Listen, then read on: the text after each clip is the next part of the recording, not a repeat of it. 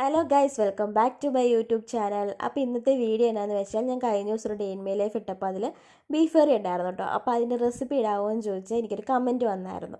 അപ്പോൾ ഇതേ അന്നത്തെ ബീഫ് കറിയുടെ റെസിപ്പി ആട്ടോ ഇത്. അപ്പോൾ ഇതേ നമുക്ക് ആവശ്യത്തിന് നമുക്ക് 1 കിലോ ബീഫ് ആട്ടോ എടുത്തേക്കുന്നത്. അപ്പോൾ അതിന് ആവശ്യത്തിന് നമ്മൾ മാരിനേറ്റ് ചെയ്തത് വേവിക്കാൻ വെക്കണം. അപ്പോൾ അതിന് വേണ്ടി കുറച്ച് മസാല ഇടണം. നമ്മുടെ മുളക് പൊടി, മല്ലിപ്പൊടി, മീറ്റ് മസാല, അതുപോലെ ആവശ്യത്തിന് ഉപ്പും പിന്നെ നമ്മുടെ തേങ്ങാക്കൊത്തും ഇട്ട് നമ്മളത് മാരിനേറ്റ് ചെയ്ത് വെച്ച് ഒരു 10-15 മിനിറ്റ് വെച്ചിട്ട് നമ്മളത് കുക്കറിൽ വേവിക്കാൻ വെക്കും. നമ്മുടെ ബീഫിൻ്റെ വേവ് അനുസരിച്ച് നമ്മളത് വേവിച്ചെടുക്കുക.